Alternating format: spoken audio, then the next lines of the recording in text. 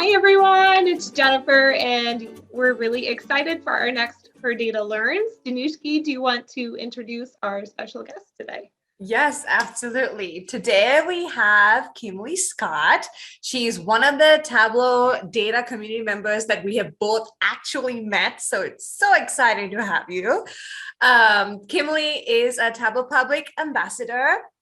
She has won numerous competitions, but we are especially excited for her IronViz participation in the finals at Tableau Conference 2022. Yay! Congratulations! I wasn't sure if you did. Yeah, I'm so excited for you, Kimberly. We were saying right before we started to record, like it was exciting to meet you at Women in Analytics a couple of years ago when you were a finalist. And so seeing that you continued on and that you're going to be on stage for IronViz, we are rooting for you. So if you would, we would love to talk about your entry. Yes, sure, definitely. Thank you so much for having me on. It's great to come on and talk to you guys about this. So the viz that I created, I started off where I started off is a completely different to where I ended up with the viz.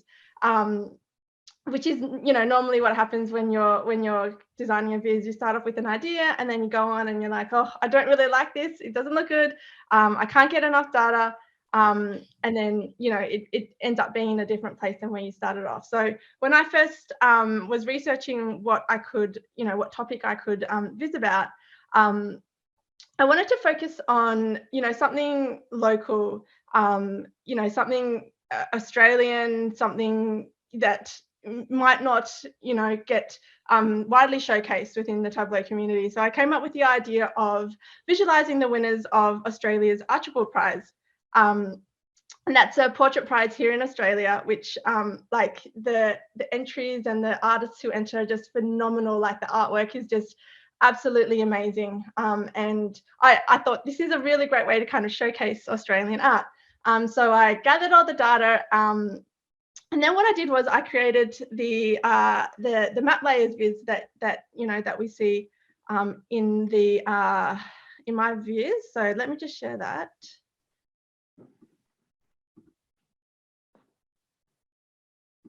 Okay, so I created this, and then once I created it, it kind of popped out to me that when we look at diversity in the winners, well, actually there is no diversity. So you see lots of male winners and lots of male subjects for the portrait prize.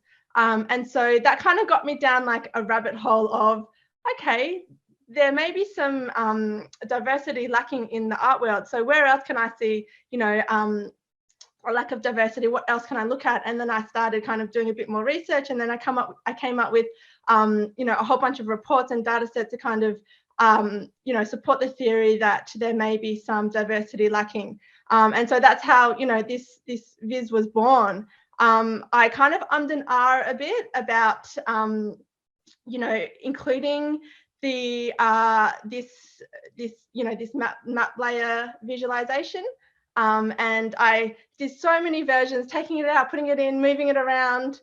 But yeah, at the end, I came up with the idea of kind of, pivoting halfway through the viz, talking about the Archibald winners, and then pivoting to talk about the diversity, which I thought was, quite interesting. And I thought it'd be a good way to kind of get the audience into my head on what I was thinking while I was building the viz. So that's kind of how it came about, and how I kind of, came up with the idea of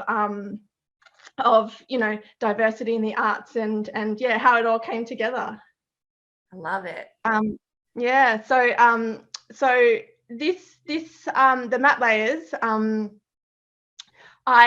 This is the very first time that I've used map layers, and I was quite intimidated to kind of try it, because it kind of looked really interesting, but then it also looked really complicated as well.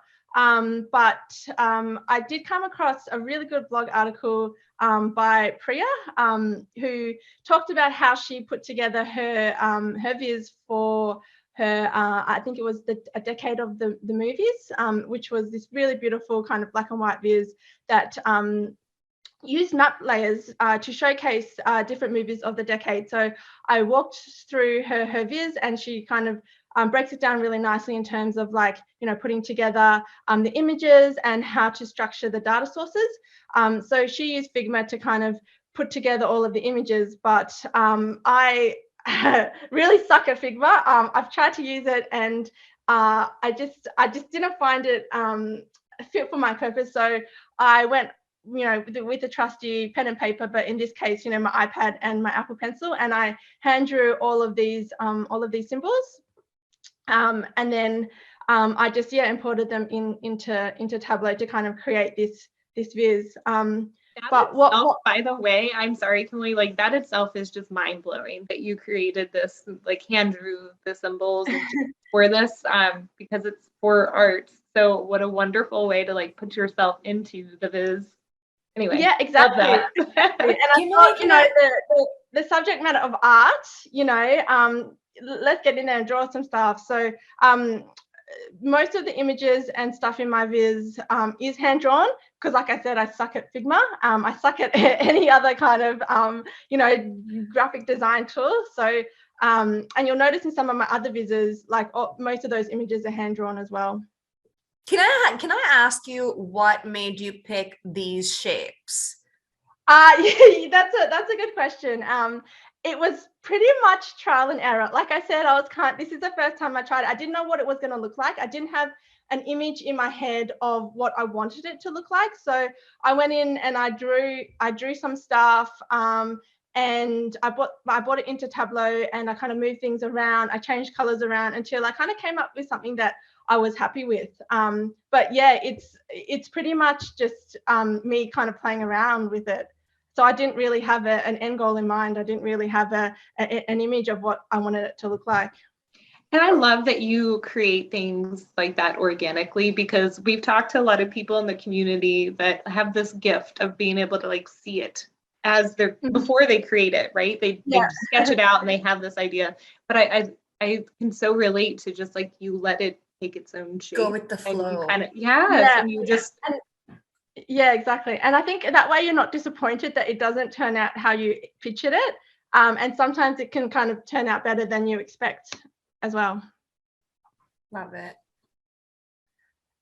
Okay, yeah, so like I said, these are all hand-drawn images, and yeah, I didn't know how it was going to look, but I knew what I wanted to show. So I knew I wanted to show you know, the gender of the artists. I knew I wanted to show the subject, the gender of the subject, the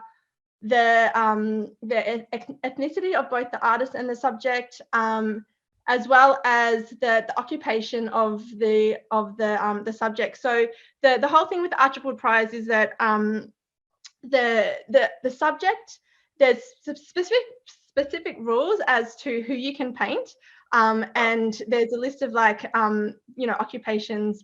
It has to be someone well known in, like, you know, the acting industry, the art industry, politics, science and education. So I kind of wanted to show that as well.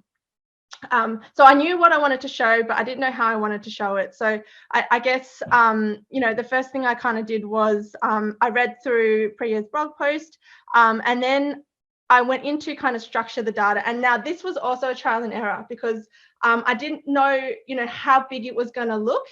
So I didn't know how many kind of rows I needed and how many columns I needed, like, you know, and how it was going to look, because we've got like 100 years of winners here. So, you know, it ended up being quite large, but I didn't want to condense it because, you know, I wanted to show the whole picture. Yeah, exactly, the elements, and I didn't want it to squish up and, you know, have things like being obstructed and you know, couldn't see the insight that I was trying to bring out. So I went with 1, 2, 3, 4, 5, 6, 7, 8, 9, 10 across. And actually, I think this is 99. I'm not sure, but yeah, that's what I ended up with. But what I had to do was, now I don't know whether you can see this. I've just clicked on View Data. Can you see that dialog box? Yeah. Up the data source. Okay, great. So I manually went in and created a rows and a columns column, so I could kind of map out each of the winners and where they would sit in that plot. And what I did was, you know, when I first started, I had the columns like 1, 2, 3, but then it kind of looked too squished. So I kind of I kind of separated that out to provide more room, because there's quite a bit that I wanted to show. So I guess the first step is making sure that your data is structured in a way that, you know, you can actually visualize it how you want it to be visualized. And setting up these columns and rows just means that it's kind of, for me, it was easier to kind of work that out rather than creating calculations, because I suck at calculations as well. So, you know, this is like easier for me to kind of do it this way, but you know, other people might disagree. Yeah, so I've got the rows and columns there. Now, what you also need to do is set up the calculations to bring in the maps using the data that you've got there. So for example, the first one here is the subject gender. And what you would need to do there is to use the make point function.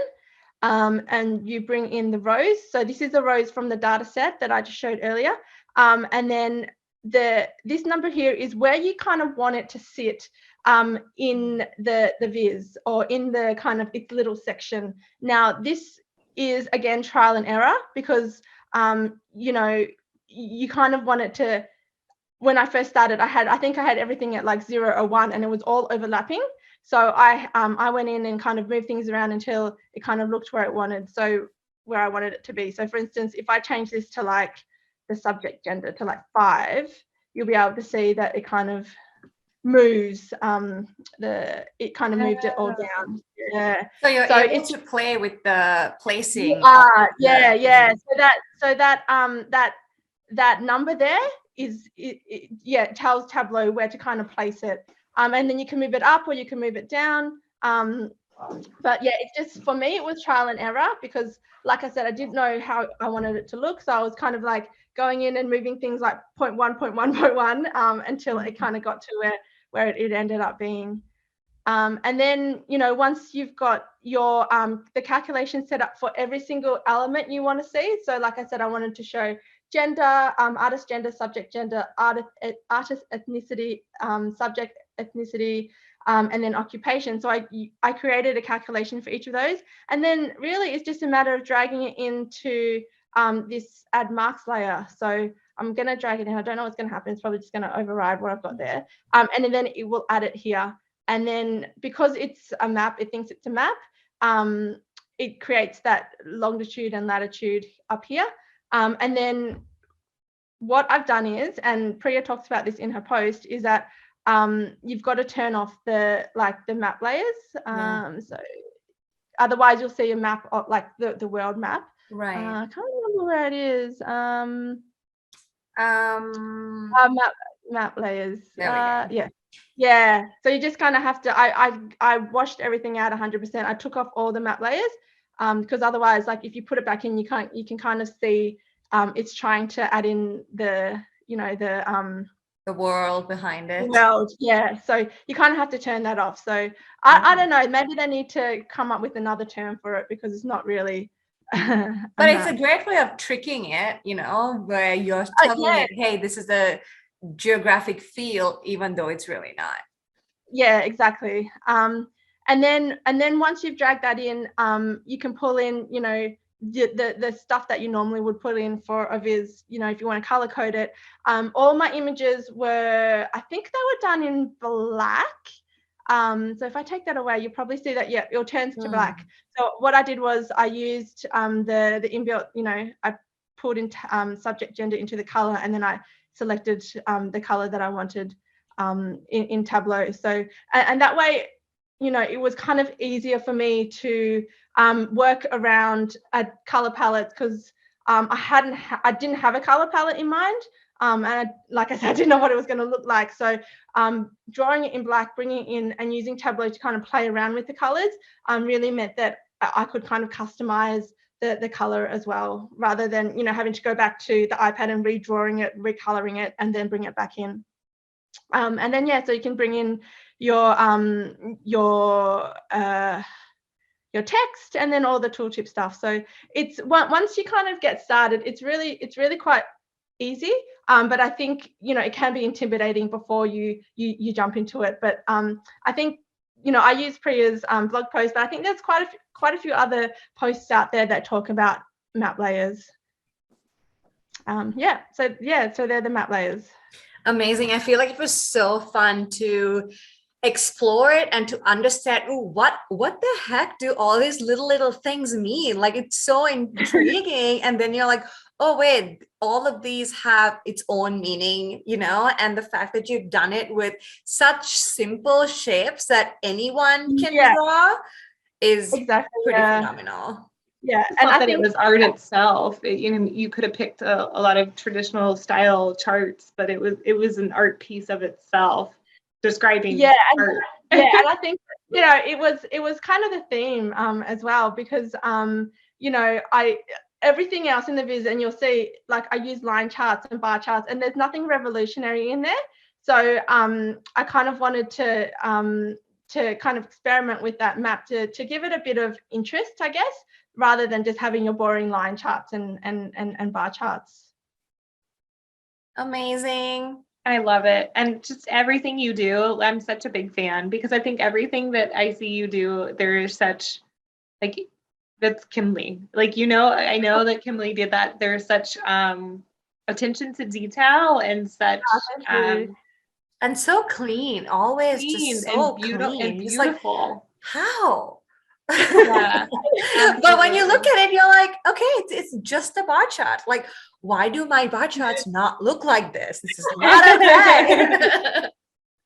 I do like to keep things simple and clean, because, like I said, I suck at calculations and I suck at maths, and I'm not really good at creating those custom and like radal charts and stuff like that. Like, people can do them and they look amazing, but I just can't do it. So that's why I stick to, like, the simple bar charts and line charts. But I love that, like, we all have our strengths and weaknesses, and you hone your strengths very, very well. So that's good for you. That's amazing.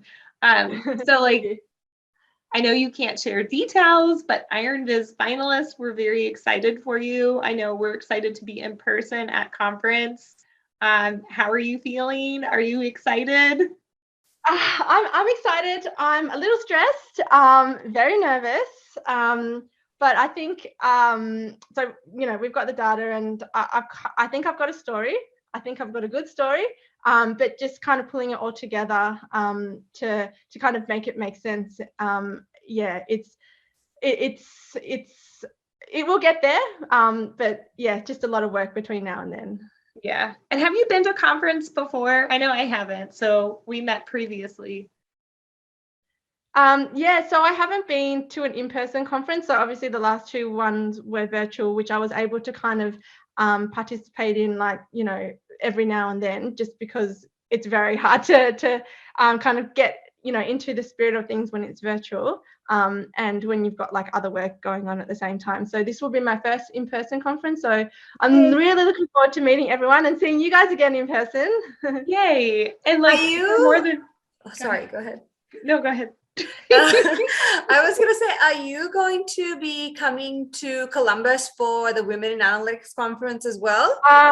No, I would love to have, but it's because the Women in Analytics conference, I think, is 3 weeks after Tableau. Okay. And it didn't make sense for me to, come home and then fly back over to Columbus for that. And it's 3 weeks, 4 weeks is too long to spend over there, because I'm leaving my little girl at home. So I think one week away from her is all that I can handle, really. I so understand. And I can only imagine, like, that's a big trip, right? Like, to turn around and to do it again. I think it's 16 hours from here. So we're flying to LA, and that's nonstop. But I think because of the time difference, we gain a day on the way there, and then on the way back we lose like 2 days, which it means that I'm away for like a week and 2 days. So wow. I know what that feels like. yeah. That's the tricky part too. So I'll going to conference, like I've never been away. So I'm like, where do I like, and for me it's only a difference of like a few hours, not like days. And I'm even struggling with that flight. Like, what do I do? Will this be the first time that you're leaving the boys? Yeah. She'll be fine. She'll be with me. I'll take care of her. Yeah. Yeah, I may have had Danushki help me with like booking my flight and hotel to make sure that I'm like, should I be near you? Should I stay in the same place? Yes, you should stay in the same hotel. So yes, we will be there rooting you on with banners and whatever. We are so excited. Good luck. Thank you very much. Kill it. And I'm sure you will have some good competition with CJ and Will. I feel like, to be honest, I feel like I'm a bit of the underdog because those guys are just so phenomenal in terms of like what they can do.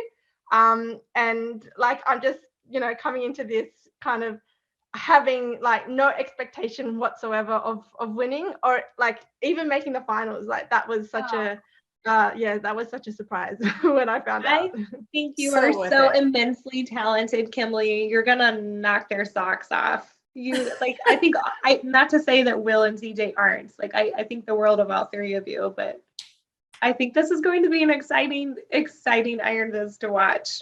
Yeah. I am looking forward to it. Very much. Awesome. We are too. Well, good luck with prepping, and I hope you don't pee your pants on stage. It'll be fine. It'll be totally fine, and we will be rooting for you. So good luck. Thank you so much. And we can't wait to see you. Yes, and thank you so much for taking time to talk to us. I feel like I need to try map layers, and maybe I'll be less intimidated. Do it. Let me know if you have any questions as well. Like I'm not an expert, but I'll help out if I can. But I think sometimes hearing it from somebody that's like, I tried it and it paid off. Like it feels good. Thank you. All right. All right. Thank you so much. Thanks. Bye.